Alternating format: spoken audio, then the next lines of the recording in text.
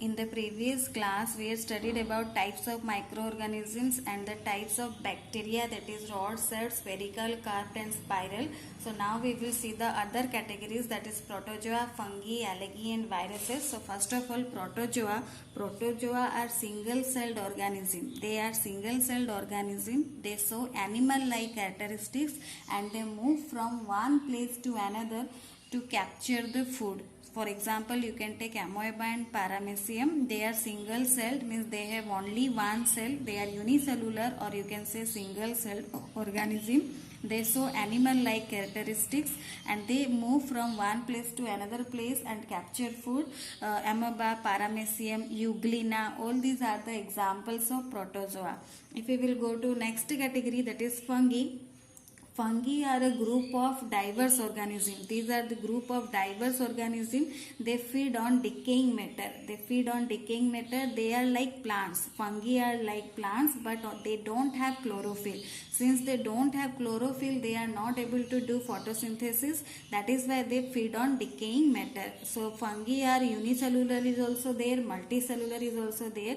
Unicellular example you can take yeast, and multicellular example molds and mushrooms. So fungi are like plants, but they don't have chlorophyll, so they are not able to do photosynthesis. That is why they feed on decaying matter, and they are the group of diverse organism. Next is our algae. Algae is also the same way. These are the group of simple plants. Simple plants means they don't have any root or shoot system like plants. Any root system or shoot system is not there, but they have chlorophyll. Here fungi, they don't have chlorophyll, but algae have chlorophyll, so they are able to do photosynthesis. Algae also may be unicellular or multicellular. They grow well in moist places and water bodies such as ponds and lakes.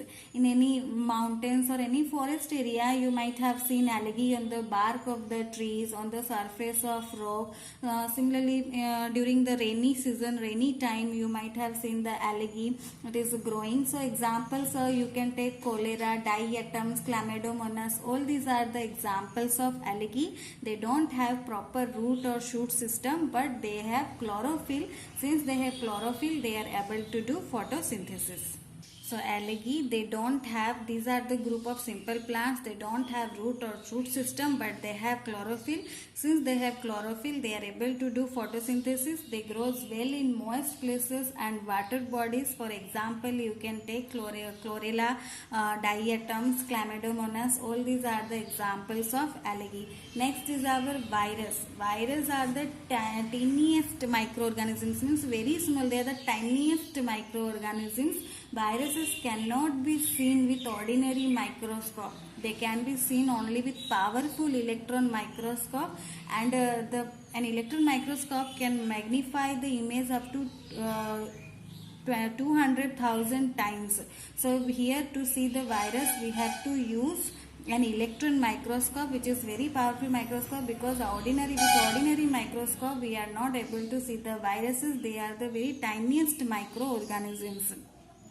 Viruses are different from other microbes. They can multiply and grow only inside the cells of another living organism. So they will act like dead, but they are not dead. When they get the sufficient, the adequate environment for them, they are getting activate themselves. So as long as they are outside in the surroundings, they cannot grow or multiply, and they are just like any non-living thing. For this reason, they are usually called borderline organisms between the living and non-living. They are just borderline because they cause diseases in the human beings. They react like non-living thing. They react like non-living thing. But once they enters to a living cell, they starts growing, they starts multiplying, and most of the virus causes diseases in the human beings. Once the virus enters a cell of human, it multiplies rapidly using the nutrients and energy of the cell, and eventually the cell dies and bursts, and the virus is spread to the surrounding cells. So viruses are very dangerous because this process kills many cells, causing disease in the host. So viruses are the tiniest microorganisms. They cannot be seen with ordinary microscope. They can be seen only with powerful microscope. With ordinary microscope they cannot be seen. They can be seen only with powerful electron microscope, and these they are very different from the microbes. Means only in the inside the living cell they grows or they multiply. Outside the living cell or outside the surrounding they act like non-living thing. They act like non-living thing, but as soon as they enters the inside the living cell, they starts growing rapidly and multiplying themselves. So that is why it is called borderline organism. Viruses are also called borderline organisms between the living and non-living, because once the virus enters the cell of human or the living cell, it increases, it multiplies rapidly using the nutrients and energy of the cell, and it causes eventually the cell, from the host cell from which it is taking the nutrients or the energy, the cell dies and bursts and the virus is spread to the surrounding cell. So this process kills many cells and causes disease to the host. So viruses are the very dangerous among all the microorganisms. These viruses, among all the 5, the viruses are the very dangerous, because most of the viruses causes disease to us. So that is why these viruses are the tiniest microorganism, and most of the virus causes disease, and that is why very dangerous for us.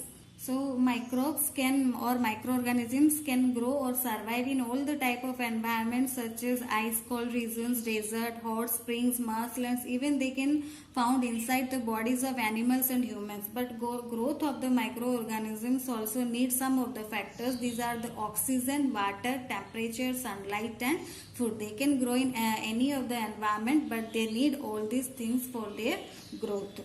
So the suitable conditions for the growth of the microorganisms are oxygen, water, temperature, sunlight and food. Microorganisms which require oxygen for respiration, they are called aerobic, and which do not require oxygen for respiration, they are known as anaerobic. There are also 2 types, aerobic and anaerobic. You might have studied in the previous class aerobic and anaerobic. Here also same thing, the microorganisms which require oxygen, they are called aerobic, and which don't require oxygen, they are called anaerobic. For example, aerobic you can take streptococcus or staphylococcus. These are the examples of aerobic microorganisms, means which require oxygen, and which do not require oxygen, like yeast, they don't require oxygen. So after oxygen, these are called aerobic and anaerobic. Water is the most essential requirement, and it is available as moisture. The best temperature for the microorganisms to grow is 25 degrees Celsius to 38 degrees Celsius. This is the best temperature for the growth of microbes. And microbes, most microbes, they grow best in dark places. They grow well in dark places because direct sunlight kills them. Direct sunlight kills them. So most of the microbes, they grow in dark places. And for the food, depending upon the food supply, microorganisms, they can be saprophytic, they can be parasitic, and they can be photosynthetic. So sometimes some microorganisms are saprophytes, some are parasites, some are photosynthetic. So these are the factors of the microorganisms or suitable conditions for the growth of microorganisms, like oxygen, water, temperature, sunlight and food. So this is given in your book also. So please go through your book so you will be more clear about this. So please read your book.